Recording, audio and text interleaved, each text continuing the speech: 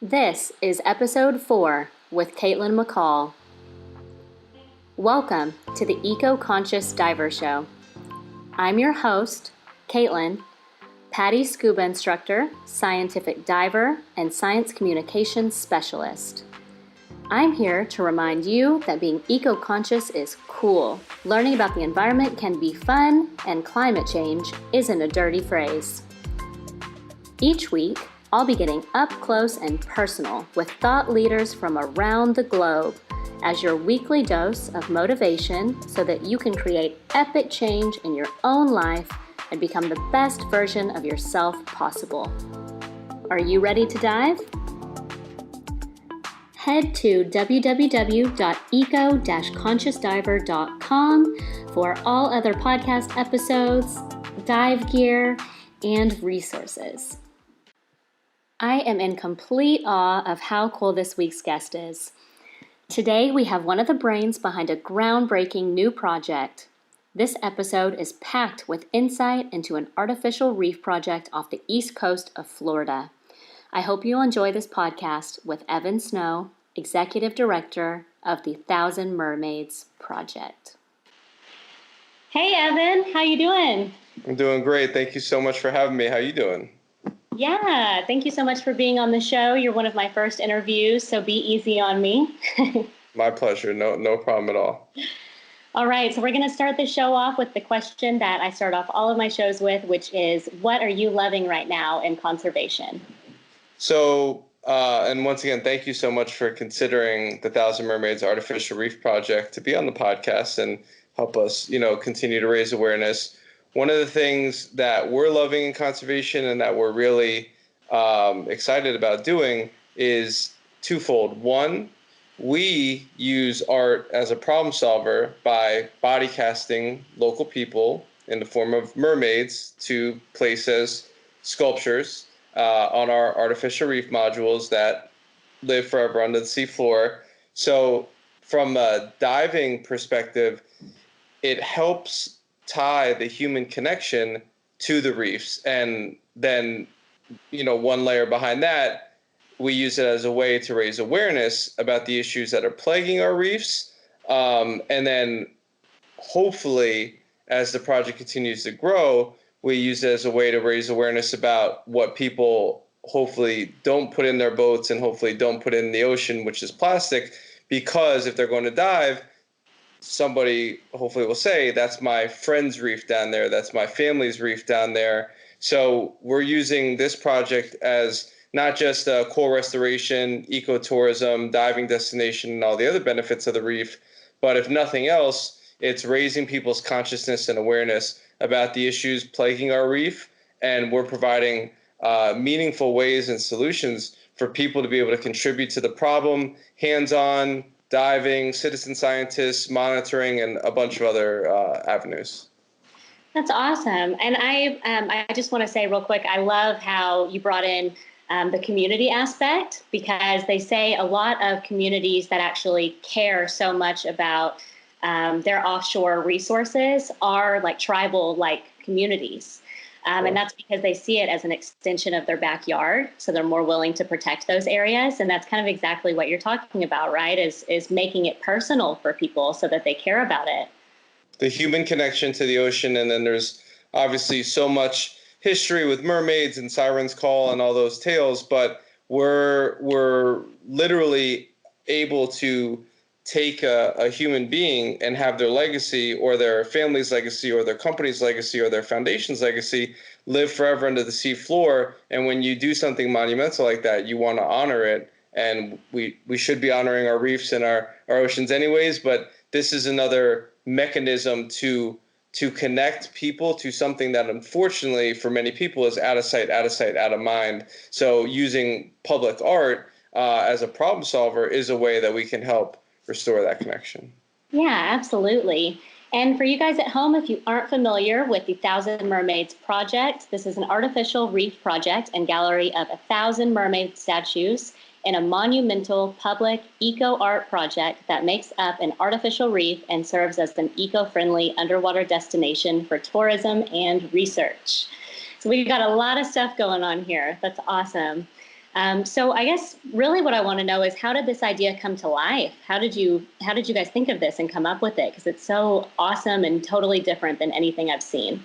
Thank you so much. Our two friends, Ernest and Sierra, are artists, and their art form is body casting. So they make sculptures out of the human body. And they made a sculpture for a gentleman's wife in the form of a mermaid for his boat. And unfortunately, by the time they went to deliver it, the gentleman said, "I have bad news. I lost my business. I lost my boat. I lost my wife." Oh my gosh. True South Florida scammer. He went to federal prison. And my buddy Ernest said to him, "Well, what do you want me to do with the sculpture?" And the way the story goes is the guy said, "I don't care. Throw it in the ocean." And that's when the light bulb went off. And Ernest is a true wizard, engineer, architect, Yamaha mechanic, and ocean lover. He moved to South Florida from Arizona to be around the ocean. And sail. He loves sailing. So he got with the county, and initially they laughed it off as an arts and craft project. But there was one gentleman who was the actual project manager for the Artificial Reef program for our county, Broward County. He said, "Hey, listen, we don't have money for this. If you can figure it out, I'll help you get the permit."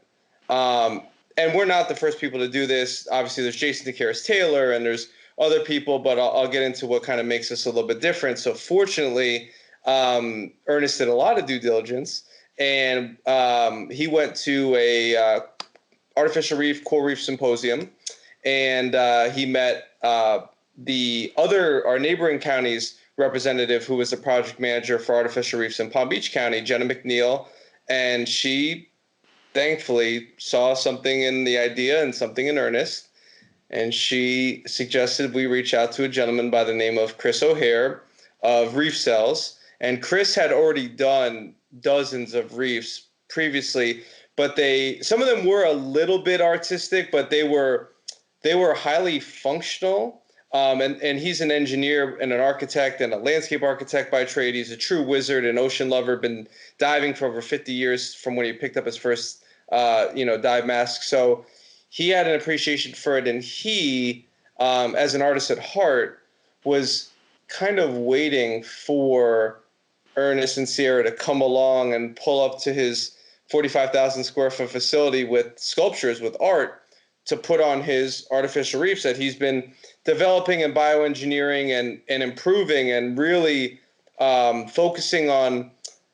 His main focuses are providing structure and habitat for juvenile fish to grow to adulthood to get protection from predation. So he develops interstitial spaces, and he's also developed a bunch of patents, over a dozen patents, to improve coral restoration processes, which we'll get into a little bit later.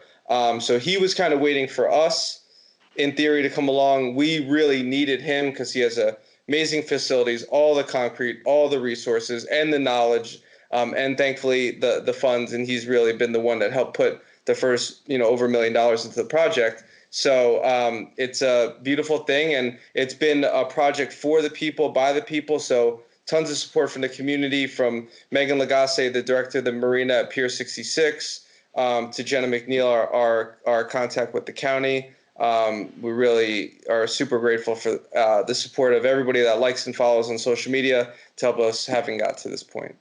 Yeah, and like you said, just with everyone in Fort Lauderdale being behind it, it really shows that your community cares and sees the value, I guess, in maintaining, that ecosystem down there.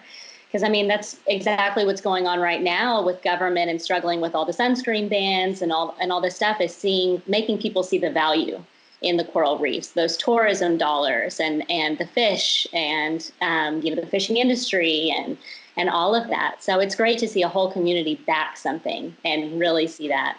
It's, down in Southeast Florida alone, NOAA says there's an $8 billion economic impact that supports over 70,000 jobs directly related to the reefs. And we were just at the Jimmy Johnson fishing tournament, the largest purse sport fishing tournament around. And, we're telling these guys, no reef, no fish. Yeah.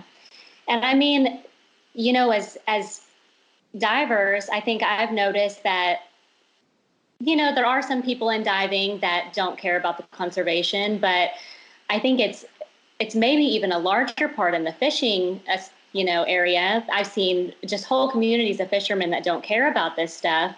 And it's interesting to me because it directly affects their income.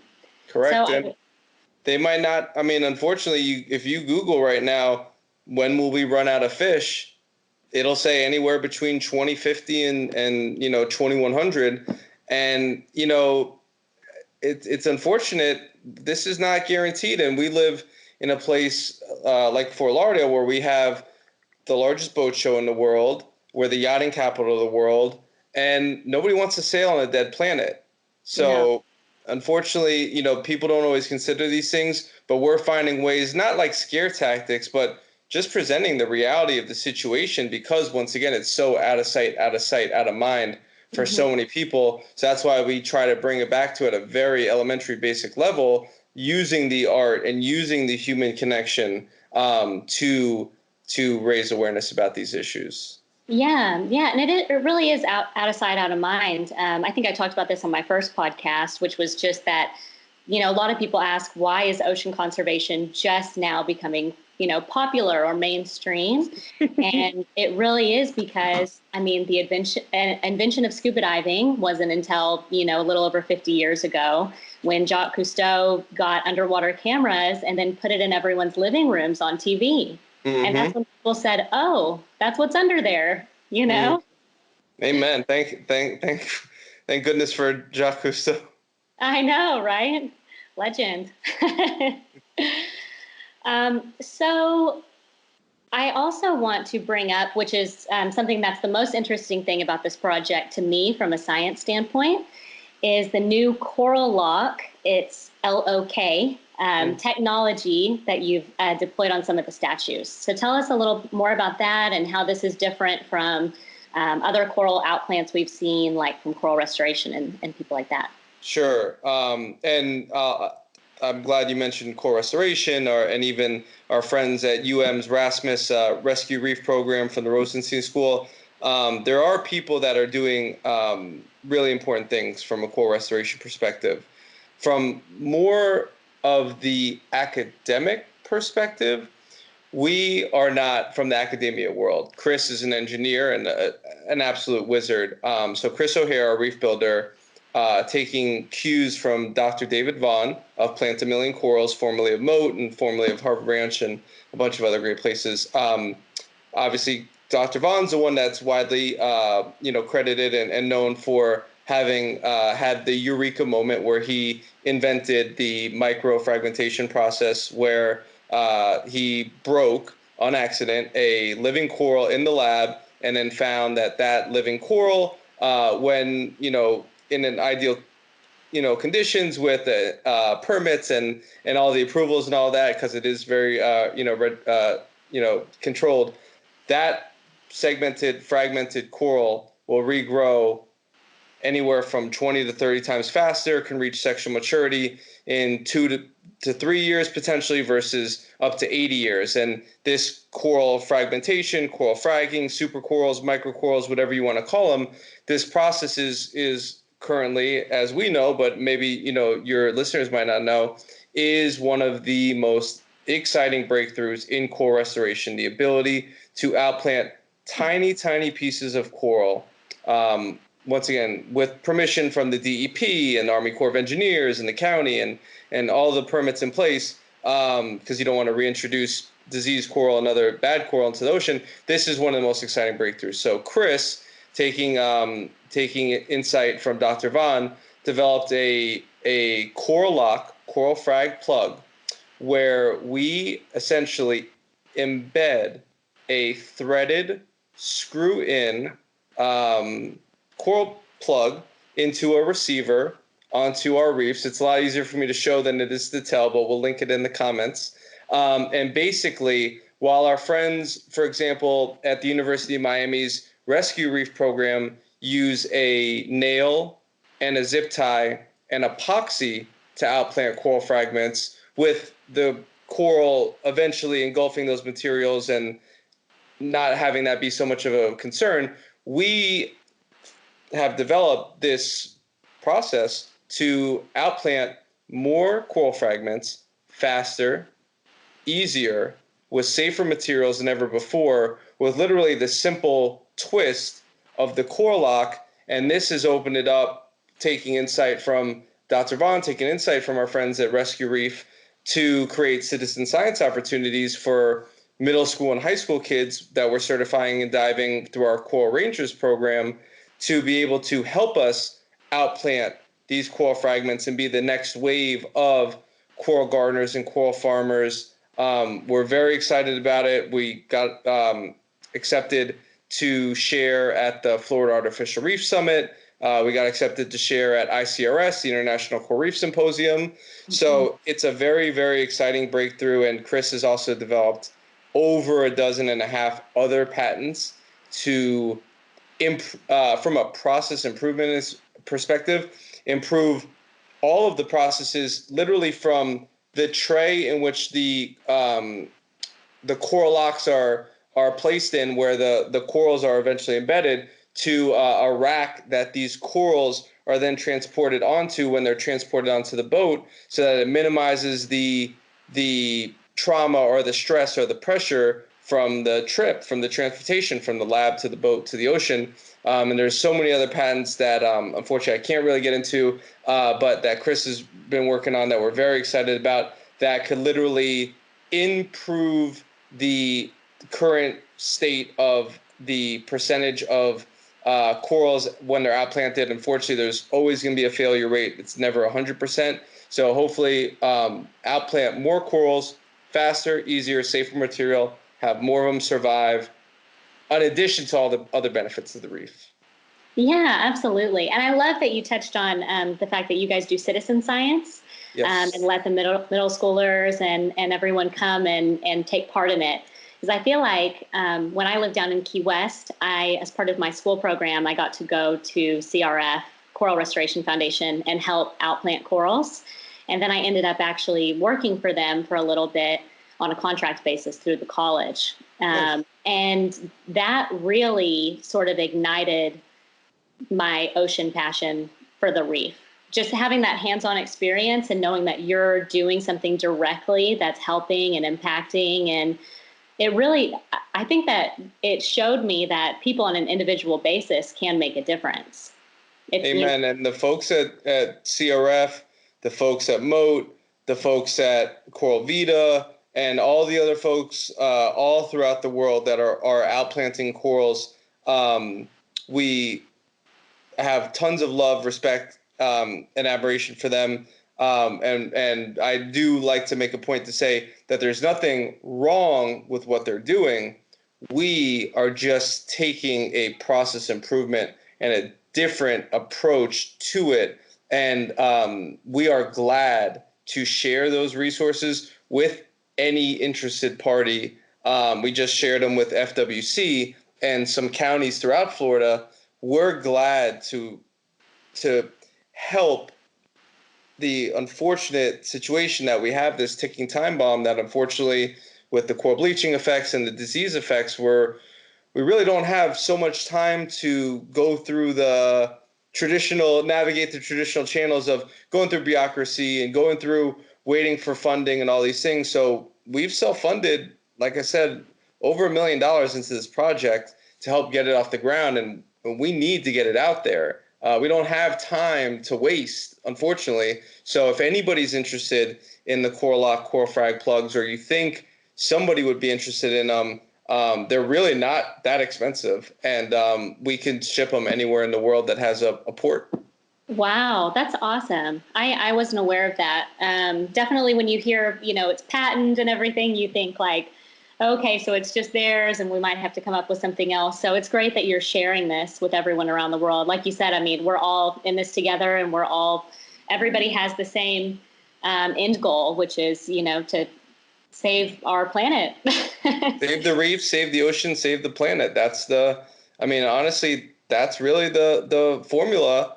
And unfortunately, a lot of people here in Southeast Florida don't really realize that, the reefs break down wave energy that helps mitigate against storm surges and flooding. And yeah, they might be out of sight, out of mind, but they're our first barrier and our first defense against us being washed away. So there's so many benefits to reefs that we know about. And these are why, once again, we're finding innovative and creative ways to help share and disseminate this information to get more people involved. And like I said, we're glad to have the conversation with anybody, share these resources with anybody. We're very altruistic. We do things because they're the right things to do. We don't do them with our hand out, hoping or asking for anything in return.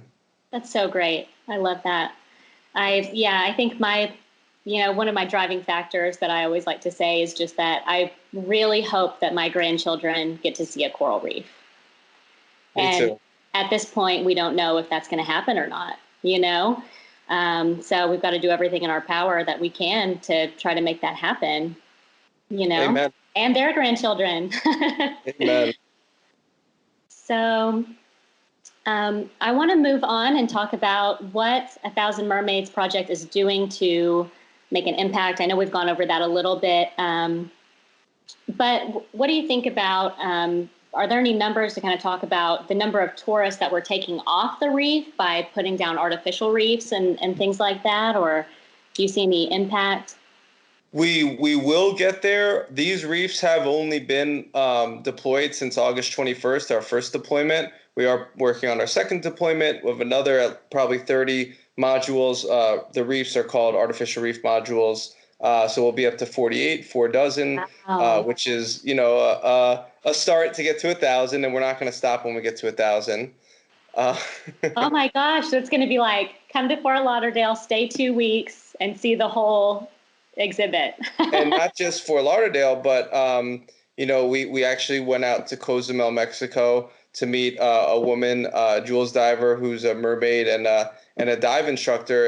And she has a completely different tissue disease there that unfortunately has caused her marine park to shut down, which has unfortunately shut down her business. And she let us know there's 400 dive shops on the little island of Cozumel, and no reef. These people are really in a bad spot. So we're working to share these resources throughout the world. Some other things that we're doing to make an impact. The Coral Ranger program is super exciting. We have an education coordinator, former NSU marine biology graduate Stacy Brown, who is helping with the help of a local gentleman by the name of the Beach Diver, help get these kids certified. We're already up to 30 kids certified, which we're super excited about, creating this whole next wave of change makers. We do a lot of things to raise awareness. Like I mentioned, we're just at the Jimmy Johnson fishing tournament, and surprisingly, or maybe not surprisingly, there wasn't any other coral restoration or wasn't even any other environmental projects at this fishing tournament. And these people, God bless them, once again, no reef, no fish. They're just not thinking about it. So we take a lot of time to work on the awareness and the education campaigns. I spend a lot of time as a local community builder and creative entrepreneur going around and speaking to stakeholders and shareholders. We work to get local businesses involved. We're working on creating artificial reefs in the likeness of a company's logo or brand. We also do other things where we create mermaid tail selfie stations, which you can find on our social media, which are super cool to help raise awareness. And the goal with that is when somebody, they step behind the mermaid tail, they take the photo. That's cool for Instagram, but we have a backdrop now with an underwater scene and some steps to, take the photo, post the photo, tag the photo, and hopefully do some due diligence, find out about the reef, find out about the situation plaguing the reef, working to raise people's consciousness and awareness.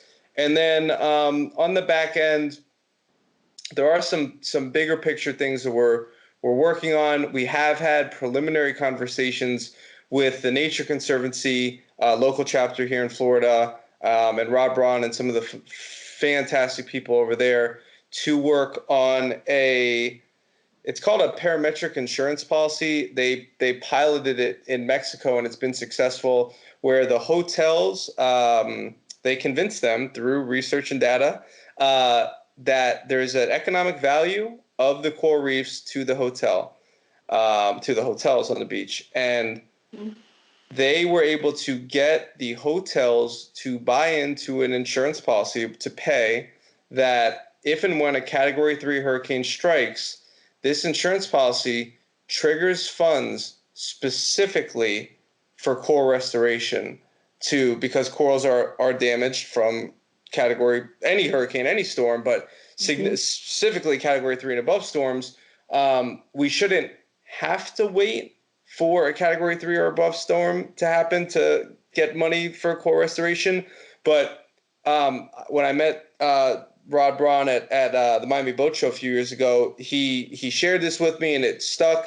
And we're starting to move these things along and trying to get some policies changed on the back end and stuff like that. So there's so many different facets, but all we could ever hope for is to get the situation plaguing our coral reefs, plaguing our ocean, plaguing our planet on people's minds and consciousness, and raise their awareness. And if it's through a like or follow on social media, if it's through an event, we're glad to do it however we can do it and do our part to help.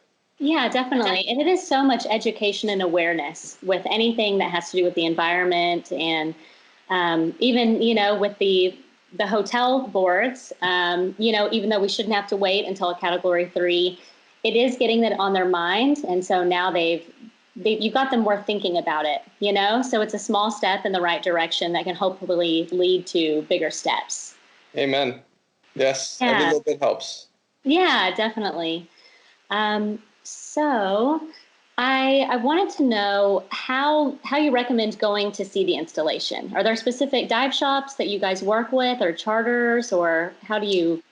So the reefs are 1 mile out from the Riviera Beach Marina Village and the inlet, which is just north of West Palm Beach in Palm Beach County. That's our first site. We're working on the sites in Broward County, and actually just had really good meetings with the city of Hollywood to get some in Hollywood. There's a dive boat, Calypso Dive Charters, which is in the marina. They take people out the first Sunday of the month. We have a boat. We take people out occasionally. It's our reef builder's boat, and he's busy building reefs. So, we'll take it out for shoots. We're fortunate to have PBS's Beyond Geek show coming to shoot, and we're going to take them out. We're working on getting our own boat. We want to take people on eco tours and instead of saying, oh, that's Sonny and Cher's house or whoever's house as they're leaving, the inlet and passing these, huge houses, more talk about the situations plaguing our oceans and coming up with solutions. But that's one of the things in the works. We're not there yet. It's a lot of money to buy a boat. And then Pura Vida Divers has gone out with 4C, which is a local dive shop. They did a reef cleanup dive recently. We're going to work on some more of those. We'll definitely tag Nicole Heath, who's a phenomenal friend of the reef, and one of the people driving 4C Scuba. So Calypso, 4C, Pura Vida for now. And then the coordinates are on our website under the First Dive tab with a link to Google Earth. So you can pull up the coordinates, take a boat out there. It's a very quick trip from the Riviera Beach Marina Inlet. Very nice. So I guess the thing here is, if you own a boat and you want to start giving eco tours and you're looking for your next thing, contact them. We are open to all types of collaborations. We're working to create jobs for the unfortunately many marine biologists that graduate with degrees that there aren't jobs for, and just finding new innovative ways to get people involved. If it's eco tours, which my friend Paolo Esposito, a former NSU marine biologist, does on cruise ships now, actually. Old ways don't open new doors, so we're open to exploring new ways, having conversations, and coming up with solutions. Yeah. So that being said, I know that you do have some volunteers that come out and help you guys with the coral fragmenting and things like that. Are there any qualifications that you require people to have to do that? And how do they get on board with volunteering if some of the divers listening want to do that? So thank you. We have a diver sign-up form on our website under the donate tab. There's like a donate your time, donate your resources, and then there's diver sign-up form on there. So we'll communicate when we do have like the cleanup dives, and we do have in the future outplanting dives. Still working on permitting to outplant the coral fragments. That takes time. There's also, we're working on, there's a program down here called Bleach Watch, which is a monitoring citizen science program for divers to monitor and track, unfortunately, the coral bleaching effect. We've come up with a concept for an idea of Mermaid Watch to periodically citizen science dive and help us track the growth and progress of the reefs. So we could certainly use help with that, because the county, there's so many reefs, and they do such a good job, but they can only do so much. They can only go out there so many times and monitor it.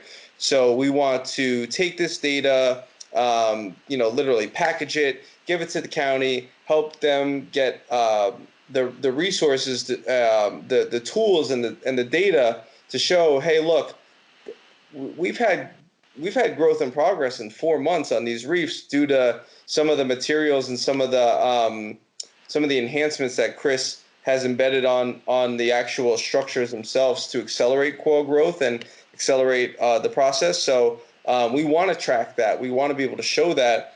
And as a young nonprofit that, admittedly doesn't have, tons of money to just hire, consultants to go do these things, we once again are a project for the people, by the people. So we appreciate the support of the diving community, if it's monitoring, if it's cleaning, if it's outplanting, or otherwise. And then, we definitely are welcome volunteers for events. We do events and, need help, check in and spreading the word. So we're open to all avenues, and any help we can get, we appreciate. Very cool. Well, I don't know about everyone at home, but I'm definitely going to sign up for that. Any excuse to dive. And definitely want to come see the project itself. So once the weather here gets better and you guys are going out more, I would love to come on and take some photos and see everything you guys have to offer. I love it. I think it's we are looking forward to it, and you are definitely a mermaid, and we'll look to immortalize your mermaid legacy one day to live forever under the seafloor. Stop it. That would be my favorite thing that's ever happened, if that really happened. It will happen. We're putting it in the universe now. Oh my gosh, I love it. Okay, so I'm really excited to see all of the other things and conservation projects and citizen science and everything that you guys are coming up with. It seems like there's so many interesting things that are continuing to go on with this project. The world is just going to keep becoming better and better because of it. Okay, guys, so 1,000 Mermaids Project. Is there anything, Evan, that you want to shout out, have them follow, donate? Yeah, anything. Follow us at 1,000 Mermaids on Instagram. We're a pretty good follow. 1,000 Mermaids Facebook. We have an email sign up. We don't send out too many emails. It's not spammy, I promise. Tell a friend to tell a friend. That's all we could ever ask for. There's so many ways people can get involved. Unfortunately, a buddy of mine's brother is an industrial diver. He recently passed in a boating accident. They spun up a GoFundMe to create a memorial structure in his honor. And, he called the big guy to do it, Jason Nicaris Taylor, and they told him, 6 times the amount that we're able to do it for. And, they're in a completely different league as us, but really not expensive. We ask $7,500 for an individual artificial reef sculpture, a 3,500-pound sculpture that is loaded on a flatbed truck, that is taken to the port, put on a barge, lifted on a crane, and deployed in the ocean forever. Wow. People pay more than that for sculptures in their backyard. So it starts at $7,500 for an individual, and then we work on different footprints and sizes from there. So really, and if we help people crowdfund and crowdsource these, so we can create a charity.gofundme account for you. You get 100 friends to give $75. I mean, it's really not a lot of money when you really think about it. It's tax deductible. We're a 501c3 nonprofit. I came up with an idea today with a lovely friend of mine that she's an artist. She wants to be involved. And we're going to do an art event and ask for a $100 suggested donation. She's going to give an art print with the donation. We'll give one of these lovely Thousand Mermaid t-shirts. And everybody that donates will have their name on a plaque as a friend of the reef. And the reef will be in her honor and her likeness and legacy. That's artist Sandy Rose. And we're glad to do things like this. And I have no problem, while I am, admittedly sometimes busy, I have no problem having these conversations and exploring. We do, once again, it is for the people, by the people. We need the community support to make this happen. We're not going to wait for grants to come, and all those things. We're going to find ways to make it happen regardless. So please, just give us a follow, tell a friend to tell a little thing.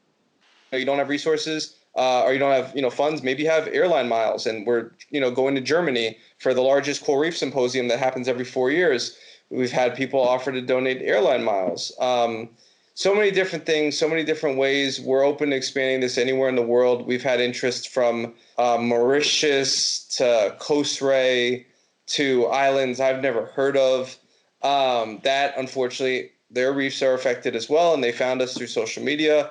And we're, starting conversations and can ship these anywhere with the port. So please, please, please don't hesitate to reach out. My name is Evan Snow. I'm the executive director of the Thousand Mermaids Artificial Reef Project, the nonprofit. I'm also the project manager. Myself, our board president, Megan Romine, are glad to speak with you. I'm super grateful. Just to give the quick shout out to advisory board, Shelby Thomas, PhD student with University of Florida that works for the Florida Aquarium. She's been absolutely phenomenal. Stephen Rodan, MIT grad that developed underwater drones, worked for NASA and from Australia, so has a love for the corals.